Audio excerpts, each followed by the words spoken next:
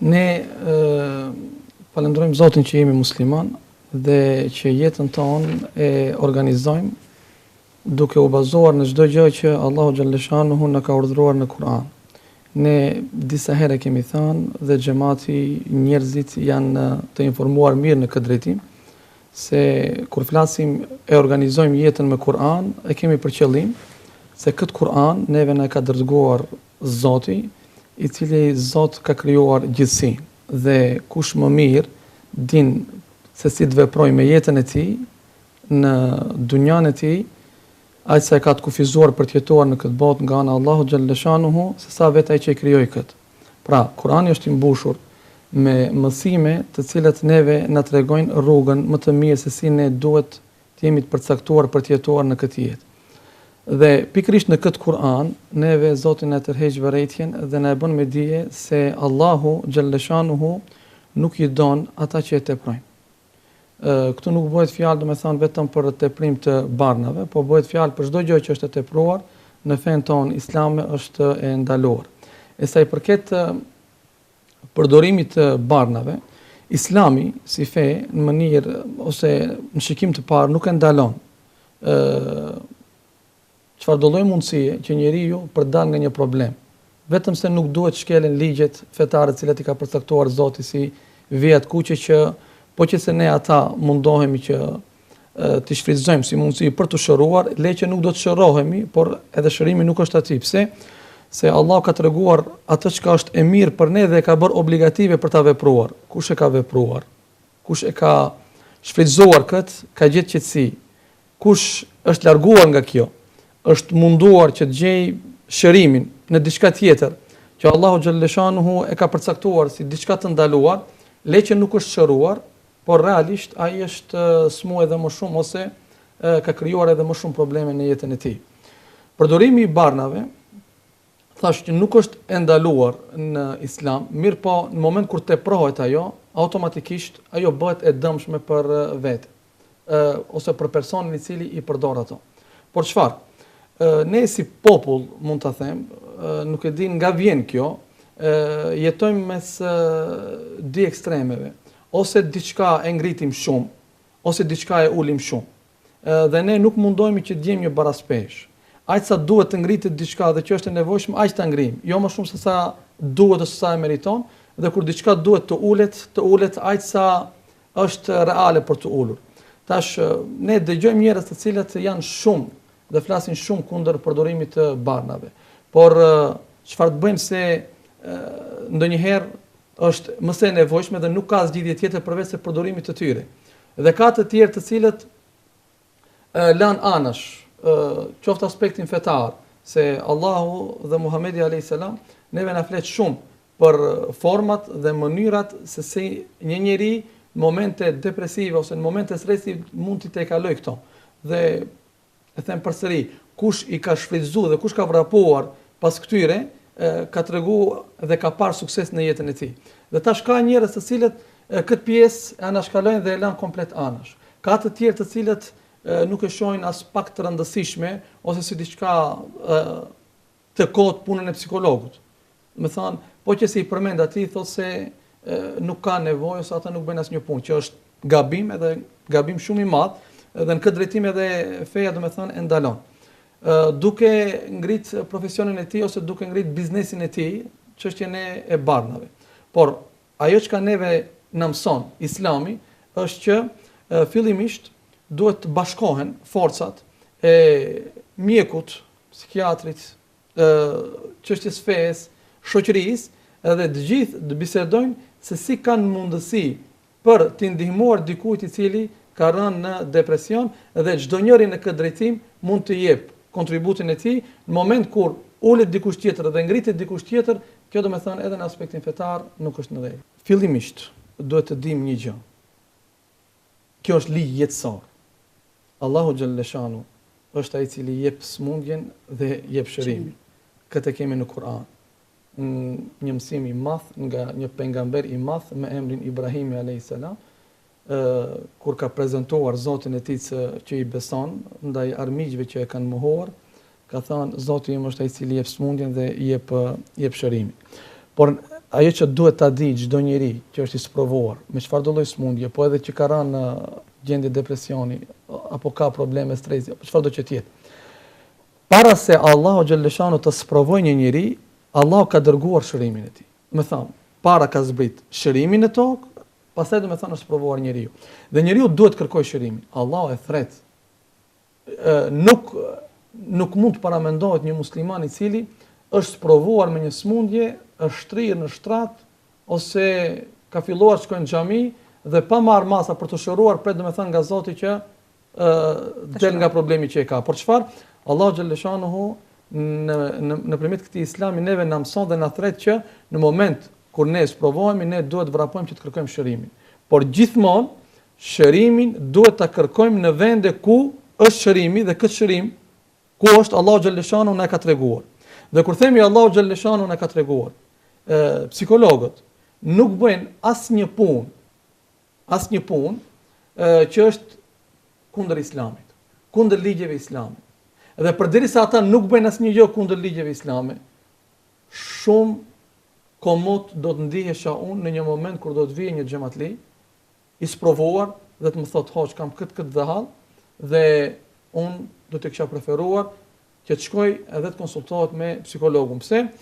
Sepse asgjë të keqe nuk ka mundësi të merr përderisa ai nuk i tejkalon kufijt dhe ligjet e profesionit që ka. Tani ja ka keq përdorime të profesionit, edhe nga ana e psikologëve, unë besoj që nuk ka drejtim, flas edhe në aspektin fetar, që nuk keq përdoret profesioni. Mirë po, si term dhe si punë që ne e dim, cila është detyra e psikologut, ne pas një problem mund të rekomandojmë pacientët që të shkojnë dhe të konsultohen me psikolog. Çdo mësim fetar ose një person i cili është i njohur me ritualet fetare, e kupton se brenda çdo rituali ai fiton një vetbesim në brendësinë e tij dhe fillimisht do të thënë ka shumë problematike që të vi deri në atë gjendje stresi apo probleme me depresionin. Me këtë nuk duhet të them se një person i cili falet ose një person i cili i kryen ritualet fetare nuk ka mundësi domethënë që të bie në gjendje depresioni. Ne shumë mirë e kuptojmë se kur një fëmijë i vogël i cili është mësuar që të jetojë me nënën e tij, në moment domethënë kur nuk është nëna prezente ai fillon të qajë. Një person i cili i mungon ushqimi, normal domethënë ai do duhet të kërkojë dhe do të bëjë çmos që të vi deri tek ushqimi dhe që të largojë unësinë e tij. Dhe gjitha këto gjëra domethënë i kuptojmë. Mirë po, ne duhet të kuptojmë edhe një gjë. Njeriu sa më larg Zotit të jetë në këtë dunja, aq më afër është stresit dhe depresionit. Duam ne apo nuk duam ne ta pranojmë, kjo është realiteti. Njeriu i cili nuk e ka kuptuar qëllimin e krijimit të tij. Njeriu i cili nuk e din qëllimin e ardhjes së tij në këtë dunja. Njeriu i cili nuk ka një synim për të vepruar në këtë jetë dhe se ku do të arrijë. Ky njeri është shumë më lehtë mund të bijë në depresion sesa një tjetër i cili ka një synim. Besimtari i cili e njeh Zotin, e din qëllimin e krijimit në këtë dunja. Ai edhe në momente kur nuk lëviz, është i paralizuar, është i shtyrë në moshë, ai përsërit kur ngritet në mëngjes, pavarësisht domethënë problemeve që i ka, ai një synim e ka. Pse? Sepse ai ndoshta asnjë gjë nuk mund të bëj, asnjë lëvizje nuk mund të bëj, mirë po e din se me përmendjen e Allahu xhaleshanu ai ngrit gradat e tij në xhenetet e Zotit. Dhe e ka këtë synim, dhe ai kur ka vetëm se me çka të merret në jetën e tij, normal se ne e dim shumë mirë, besoj që edhe bashkëbiseduesi në këtë drejtim pajtohet, njerëzit që më shumë të bijnë në depresion janë pikërisht njerëzit cilët nuk kanë me çfarë ta mbushin kohën. Sigurisht. Dhe kanë boshllëk të madh në jetën e tyre dhe fillojnë domethënë hinë në mendime negative dhe përfundojnë gabimisht, përfundojnë keq.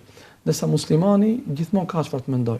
Muslimani gjithmonë në brendësinë e tij e ndjen një motiv se ai duhet të bëjë një punë të mirë. Çfarë do që të jetë ajo? Nëse është një prind, ai duke u shërbyer fëmijëve të tij, ai do ngritet tek Zoti. Nëse është një fëmijë, ai duke u shërbyer një prindërve. Nëse është një nxënës duke mësuar dhe duke qenë i suksesshëm, ai do të ngritet tek Zoti.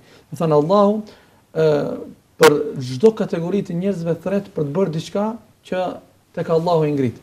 E tash, në Islam nuk është fatkeqësi njeriu të bie në depresion. Nuk është skandal që njeriu të bie në depresion. Po skandal në Islam është që njeriu të jetojë me depresion. Pse? Sepse ne si musliman kemi disa obligime në jetë që ne duhet të kryejmë derisa jemi gjallë. Dhe për obligimeve që ne i kemi në jetë, nga të cilat obligime ne do të japim llogari tek Zoti, padyshim që është edhe obligimet që ne i kemi ndaj vetes tonë. Pra, këtë trup që ne e kemi, këtë shpirt që ne e mbartim, për këto ne do të japim llogari tek Zoti. Dhe llogarinë që do të japim tek Zoti është se si ne jemi kujdesur për trupin tonë. Çfarë ne i kemi ofruar vetes tonë? Çfarë ne kemi bërë për veten tonë? Andaj një besimtar që ka frikë Zotit dhe dëshiron që të jep llogari të lehtë në këtë drejtim, çfarë do të bëjë ai? Ai do të mundohet që të sigurojë qetësi shpirtërore vetes së tij, që të sigurojë rehati vetes së tij në jetën e tij. Pra, një besimtar nuk është i dashur tek Zoti, nëse ai është i mirë për të gjithë dhe nuk ka arritur të bëhet i mirë për vetveten. Si mund të bëhet i mirë për vetveten? Nëse një njeri në jetën e tij nuk ka krijuar një plan B, pasi që plani A aty ka dështuar, dhe ai nga plani A si dështim që i ka ardhur, ai do të bie në depresion dhe në mërzi, nëse ai nuk ka një plan B se si ai duhet ta menaxhojë këtë dhe duhet del nga kjo është i dështuar. Pra, çdo njeri prej njerëzve, kjo është thirrje fetare, duhet që të mundohet të njohë veten e tij, të dinë se ku mund të gjejë qetësinë dhe në momente mërzie dhe stresi ai të vrapojë që të mos tolerojë. Se e dim, nëse njeriu nuk reagon në hapat e para të mërzijave dhe të problemeve që i ka, padyshim domethënë që ai do të përfundojë shumë keq. Por nëse ai fillon më një herë punoj me veten e tij, ai do të dalë më herët nga problemi që i ka. Andaj Islami na jep mundësi të shumta se si ne mund të kalojmë këto dhe si mund të kërkojmë ne qetësinë. Po ajo që duhet ta di çdo kush është ajeti kuranor ku Allahu xhallahu xhanuhu thot dhe me përmendjen e Allahu xhallahu xhanuhu zemrat qetësohen. Dhe kjo është shumë i madh. Dhe çdo kush i cili do ta besonte fuqishëm këtë, edhe çdo kush i cili me bindje të madhe do ta shfrytëzonte këtë, do ta përdorte këtë në jetën e tij, do të shihte magjinë që do të ndodhte në trupin e tij dhe me jetën e tij. Pse? Imagjino një person i cili ka një problem.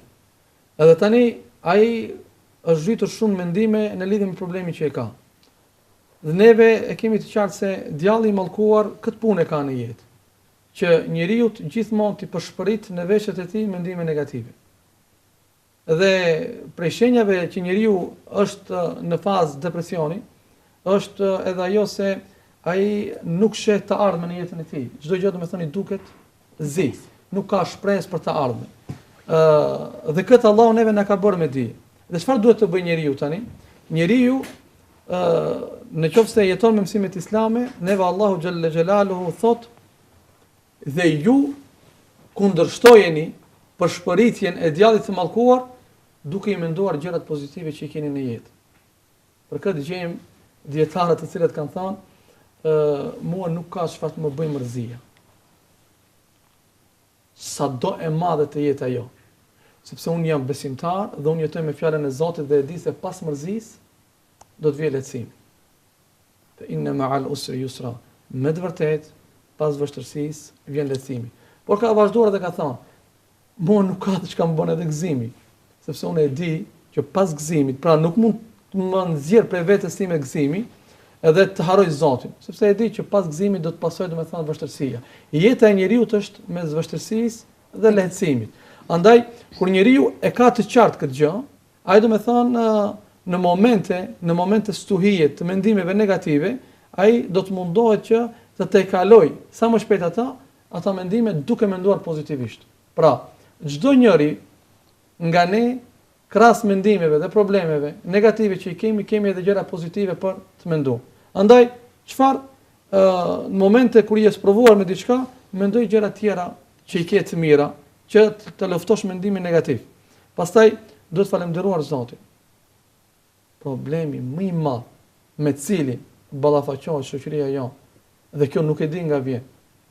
Dhe është si problemi më i madh që njerëzit bijnë deri në depresion, është pikërisht haresa e të mirave nga ana e njerëzve që Allahu xhallahu xhanu ju ka dhënë. Allahu xhallahu xhanu gëzohet, kënaqet me gojen e një njeriu i cili është falënderues.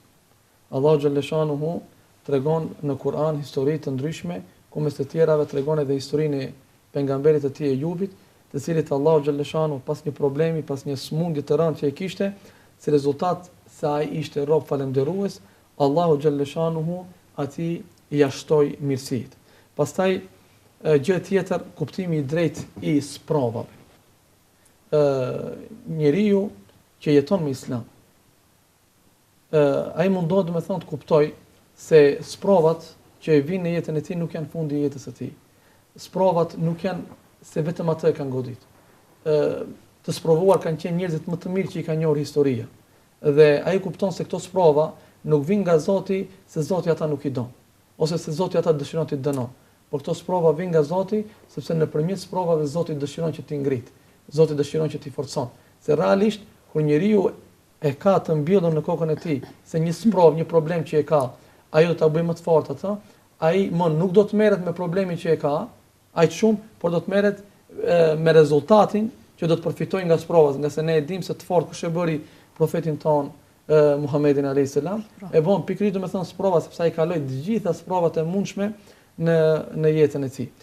Thjesht janë të shumta, mirë po me një fjalë përmbledhëse të gjithë sa që tham, rekomandimi më i mirë është njohja e Zotit. Qytetarët, përgjithësi njerëzit që janë sprovuar, zgjedhin vendin e duhur për të dalë nga problemi i cilin kanë rënë. E them nga eksperienca, shoh që njerëzit më shumë të kanë krijuar probleme në këtë drejtim nga një depresion i vogël, duke shkuar në vende ku realisht nuk është dash shkojë dhe pastaj ka përfunduar shumë keq. Dhe këtu duhet që të mblidhen forcat e mundshme nga të gjithë njerëzit që punojnë në këtë drejtim, siç e thash edhe krejt në fillim, po pa u anashkaluar në një pjesë e shoqërisë.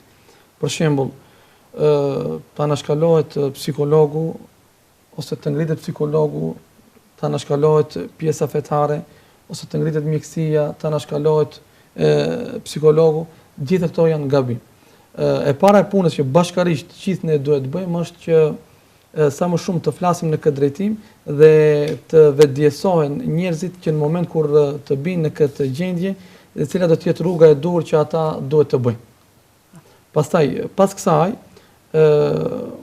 jo vetëm ata të cilët, siç përmendët, se në qoftë se një njeri është në aspektin fetar dhe një fen, ne nuk i themi që të ndalohet nga kjo, por i themi që të vazhdojnë në këtë drejtim, sepse do të gjejë qetësinë. Unë këtu kisha shtuar, ne kur flasim për obligime fetare, ose diçka që e mbush kohën pozitive, ose mendimet pozitive, a largojnë nga depresioni. Në Islam, çdo vepër, çdo hap, për të cilin ne jemi thirrur nga Allahu në Kur'an dhe Muhamedi alayhis salam në hadithet e tij, çdo hap është pozitiv. Dhe çdo hap ndihmon për largimin nga këto probleme. Thjesht çdo hap. Merret i Kur'ani dhe shfletoje dhe shiko në çdo vend ku Allahu xhaleshanu thot bëjeni këtë.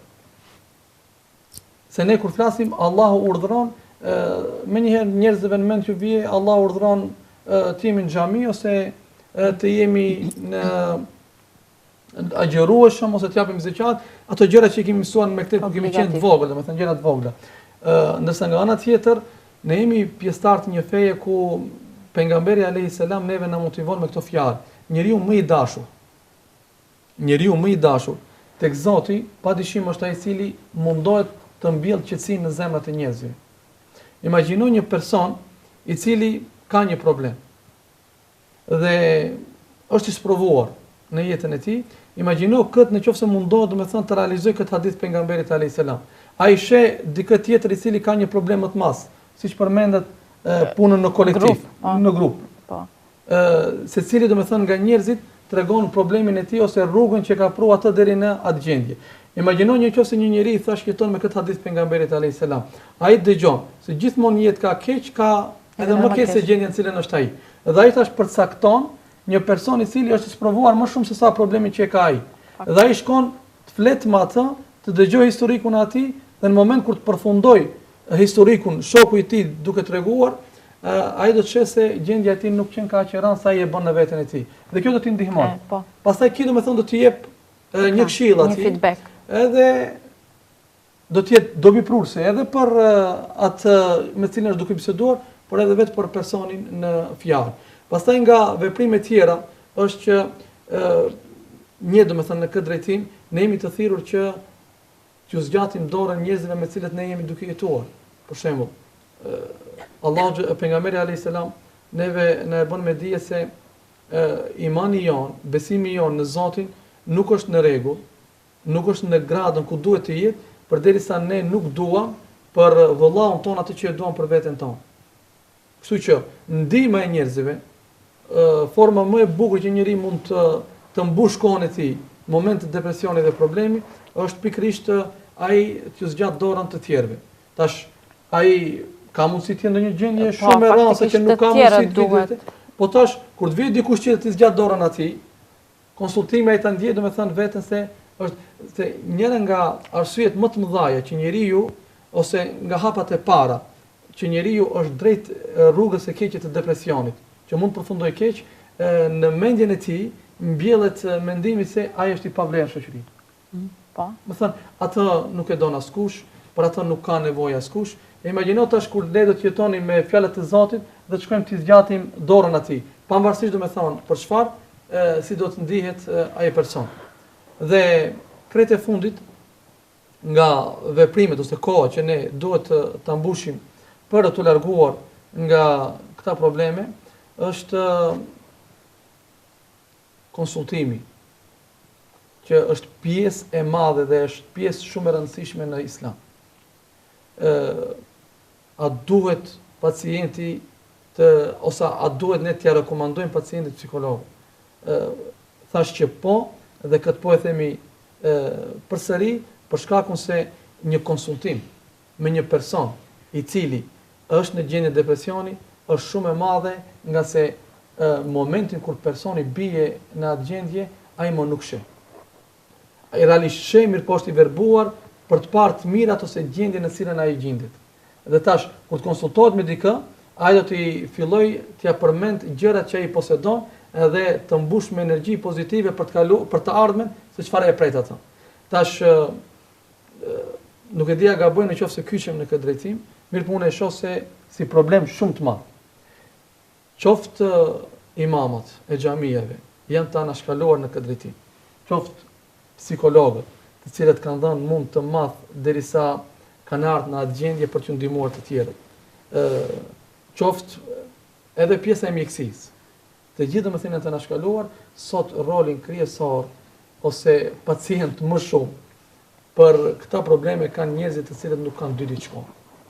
Kush janë ata? Dhe ndaj kësaj neve do të na mallkoj. Do të na mallkoj shoqëria, se ne jemi të thirrur, njerëzit i kanë të drejtuar syt nga ne. Kur them nga ne, domethënë nga psikologët, njerëzit që janë profesionistë në këtë drejtim, domethënë, dhe nëse ne e ulim zërin, duke u frikësuar nga debatet, është e vërtetë se këta njerëz, kush janë këta njerëz? Janë njerëzit të cilët mbulojnë me petkun e hoxhës. Thirrën në emër të hoxhës. Dhe merren domethënë me punë që nuk kanë të bëjnë në aspektin fetar. Por këta njerëz më shumë kanë pacient për shkakun se tash nuk duhet të ofendoj shoqërinë. Mirë po përderisa në shtëpitë tona, përderisa nënat tona flasin për këta njerëz, normal domethënë tek fëmijët këta njerëz kanë autoritet më shumë se sa të tjerët. Më shumë të ofenduar në këndrejtim jemi pikërisht ne hoxhallarët. Sepse në emrin tuaj. Bëhet në emrin ton, keq përdoret emri jon, por ne nuk kemi në mas flas më shumë ndikim se sa ata. A disa interesant është puna ti flet një person i cili ka rënë në depresion për Allahun, për Zotin dhe e ke xhamatlit tëndin, ai gjithmonë shoqërohet me ti, por në moment domethënë kur ati i ngritet problemi, domethënë personi që e ka, automatikisht ai domethënë ti nuk shem ose zgjidhje, por ai shkon konsultohet me njerëz të cilët do ta bëjnë gjendje edhe më të keqe. A kanë ndikim ata? Kanë ndikim për shkakun se ata e maltretojnë trunin e njeriu. Din të manipulojnë mirë me kokat e tyre dhe zakonisht domethënë këta pacientë janë njerëz të cilët kanë mungesë të nivelit të dijes dhe janë shumë pak të informuar. Se çka bëhet me ta pastaj, bëhet kjo çka e përmendet në fillim të emisionit se jemi vendi me numrin më të madh të barnave që përdoren për qetësim. Pse? Sepse ai nuk ka filluar që të trajtojë problemin e tij në vendin e dur dhe në kohën e dur me njerëz të dur, po ka shkuar me njerëz të gabuar. E tash, çfarë duhet bëjmë ne ndaj krejt këtyre? Thjesht domethënë duhet luftohen në formën më të ashpër të mundshme, pa pikën e mëshirës, duke ju nxjerrë në pa të gjitha problemet që ata i kanë, duke ju nxjerrë në pa, për shembull, përmend para se me hinë në emision, me njerëz të caktuar për shembull që ne i njohim. Edhe na pyesin, zakonisht ne më shumë sprovojmë në këtë drejtim. Ti nuk thirrën as hoç, ti nuk thirrën as sta respekton titullin, të thret drejt në emër. Omer, urdhëro, çka mendon për filan hoxhën? Tash ti nuk thot hoxh, të pyet për dikë tjetër që ai nuk ka dyti shkollë dhe nuk ka lidhje me hoxhallokun. Edhe tash ti duhet të tregosh atij se në kështu raste të gjithë kemi gabuar, por nuk duhet të gabojmë. Duke u larguar nga frika, domethënë sa ata mund të flasin. E kanë masën. Njerëzit pastaj domethënë gjithmonë të mirët i kanë sulmuar, i kanë kritikuar. Ata janë më të aftë për ta ulur personalitetin tënd se sa ne që jemi, se njerëzit që merren me profesionin e tyre, ata janë të fokusuar në ngritjen e profesionit dhe në punën që e bëjnë. Në ruajtjen e kodeksit etik. Pikërisht. Ndërsa ata janë të profesionalizuar për t'i ulur të tjerët.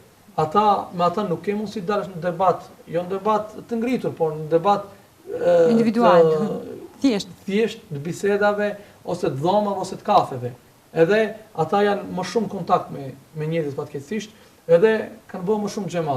Mirë po, pavarësisht domethënë se mund të ofendohemi nga gojat e tyre, pavarësisht se i prekim direkt në bizneset e tyre, pavarësisht domethënë se jo humbim të ardhurat e majme që ne habitemi se me çfarë shifra ata manipulojnë me njerëzit, me çfarë parë manipulojnë me njerëzit, dhe kretë kjo bëhet në brenda petkut fetar, ne domethënë në qoftë se nuk e kemi ngrit zërin dhe nuk kemi godit direkt kundër këtyre njerëzve, ne domethënë mund të konsiderohemi që jemi pjesëmarrës të këtij problemi. I kemi ndihmuar domethënë kësaj anë. Them të drejtën, e kishim kohën shumë të kufizuar sot, mirë po në momentin kur e parë se për çfarë bisedoheshte, dhe se do të ketë edhe një psikologe, erdha duke i lënë të gjitha punët tjera. Për shkakun se ju jeni arsyeja që ne domethënë të njihemi dhe në moment domethënë kur ne të ballafaqohemi me njerëz që kanë kështu probleme, tani domethënë vetëm se kemi një drejtim se ku duhet i drejtojmë, se me të vërtetë na ka munguar. Tani unë në top nuk e di si ekzistojnë, sa ekzistojnë të njëjta domethënë ose njerëz që punojnë po, në këtë drejtim. Ne jemi qendra për këshillim dhe psikoterapi Cortex dhe pikërisht të tjera domethënë vetëm ju jeni në të top, tjera nuk e di se ka të tjera, por ne informohemi në ndërkohë dhe i duhet të informojmë nga se shumica e njerëzve që kanë rënë këto probleme janë si rezultati i mos informimit edhe mos dijes. Tani domethënë vetëm se ky emision është një dhuratë e mirë për të gjithë ata njerëz të cilët kanë kështu probleme. Fillimisht unë di tani se ku i drejtoj njerëzit për veten time, se është manipuluar shumë me emrin e sihrit, mungjis, që është e njohur tek ne, me emrin e ograkit, ka shkel keq, me emrin e synit, domethënë, dhe tash Allahu xhallashanuhu nuk ju ka lënë as pak hapësirë. Nuk ju ka lënë as pak hapësirë në Kur'an kësaj bote. Vetëm se na tregon që është botë e dobët dhe këta domethënë kanë ndikim tek njerëzit e dobët. Njeriu që është i fortë nuk ka ndikim. Tash për çdo ditë rritet dhe ngritet numri i njerëzve që fryjnë. Merren domethënë me të them me magji ose me sirr ose vetë Zoti e din në botën e tyre ata çfarë bëjnë. Për çdo ditë rritet. Pse rritet numri? Se ka kërkesa shumë. Pse ka kërkesa, ose pse njerëzit drejtojnë atij, se ka mungesë të informimit. Pastaj domethënë edhe problemi rritet më shumë. Ndërsa në Islam ne nuk duhet që për një mërzi të vogël ose për një pagjumësi, ose për një e shes se ka ndryshuar personi në çështjen e mendimeve ose është bë pak më agresiv, edhe çfarë të bëjmë tani? Zakonisht ne ballafaqohemi më shumë me masën këtë drejtim. Nëna ka pa djalin se nuk ka bukë ose nuk i pëlqen buka, edhe vjen hoxha duhet ta frish. Ose tjetra do të thonë ka pas se tani të rit kanë probleme të ndryshme. Në shkollë ose me ndonjë profesor, ose që është shumë e rëndësishme që unë ende nuk kam e di që ka, por problemet që ballafaqohen të rit në adoleshencën e tyre, ti trajtoj dikush si probleme serioze dhe të konsultohet me ta nuk kam pa. A di sa është e madhe nevoja në masë për këtë drejtim flitet? Sigurisht. Zoti e di. Është shumë. Pse? Sepse nuk ka domethënë diçka konkrete që mund t'ju jepet atyre. Dhe tash për një dhimbje të thjesht kokës, njerëzit anashkalojnë edhe mjekun, shkojnë drejt domethënë të frihet. Jo, nuk është në rregull hosh. Nuk i dhem koka normal këtij. I dhem këtu diçka, i dhem këndej diçka, shëndat këqija, edhe tash nga kjo bismillah ne do të fillojmë ta frijmë. Dhe ka njerëz në këtë drejtim të cilët rrinë me çantën në dorë për një problem shumë të vogël, edhe ai e bën të madh pse se duhet të ketë pacient, thotë bojrom se kiçen ka për mua. Edhe tash çka do të bëj ai? Ai më kon edhe shumë i shëndosh, me qenë në formën më të mirë, disa metoda që i përdorin ata, me disa parfume që i linë, me disa, domethënë ato automatikisht smuj. Duke me qenë shumë mirë, ai kur e shtin domethënë ato forma që i manipulon njerëzit, ai domethënë pasi del prej asaj, ai bëhet i varur nga këta njerëz, edhe pastaj këta kanë punë, duhet të them. Mesazhi im është kjo. Për fund pa u dashur të zgjerom shumë, zatën e do zgjerom se hoxhallarëve t'ju japin mikrofonin në problematike. Sidomos kemi të nevojshme me temë të tillë për ta trajtuar, kështu që Allahu xhallahu shanuhu në Kur'an thotë: "Dhe kushdo që ja kthen shpinën udhëzimit tim do të ketë jetë me probleme dhe me telashe." Ne jemi krijesat e Zotit. Jetojmë brenda kufive të Zotit dhe asnjë gjë domethënë nuk mund të bëjmë jashtë asaj që Allah ka caktuar nga ne. Ne duhet që nëse nuk kemi mundësi të ndryshojmë ligjin e Allahut xhallahu shanuhu, atëherë duhet të nështrohemi këtij ligji. Pra ligji i Allahut është po ja ktheve shpinën në udhëzimin tim do të kesh jetë me probleme. Po që se zgjerohemi edhe të shohim nga vijnë këto probleme do të shohim domethënë këto probleme vijnë si rezultat i shkeljes së ligjeve të Zotit.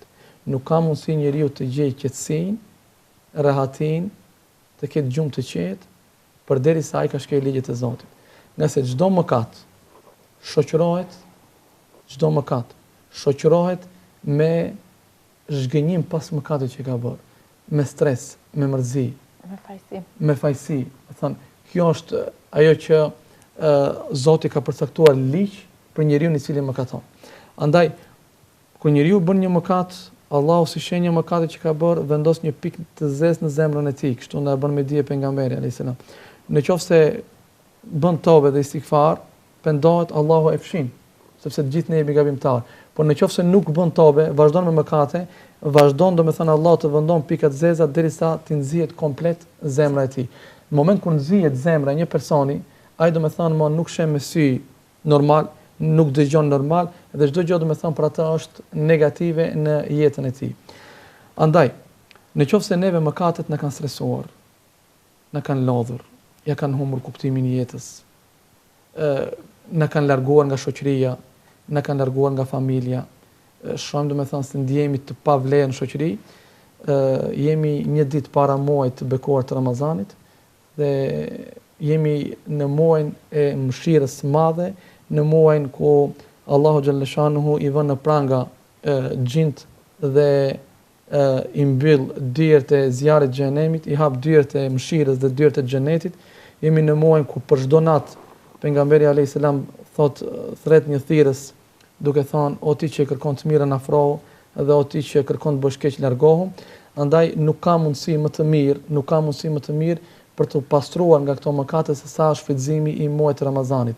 Pastrimi nga mëkatet nuk kupton qetësi shpirtërore dhe qetësi në jetën e një njeriu. Andaj e përfundoj këtë fjalim timin me një thënie të madhe të pejgamberit alayhi salatu wassalam, përderisa ishte me shoqërinë e tij, tha 3 herë fjalën sa i pafat që është. Qëndroi pak e përmendet një jetën fjalë. Tha sa i pafat që është.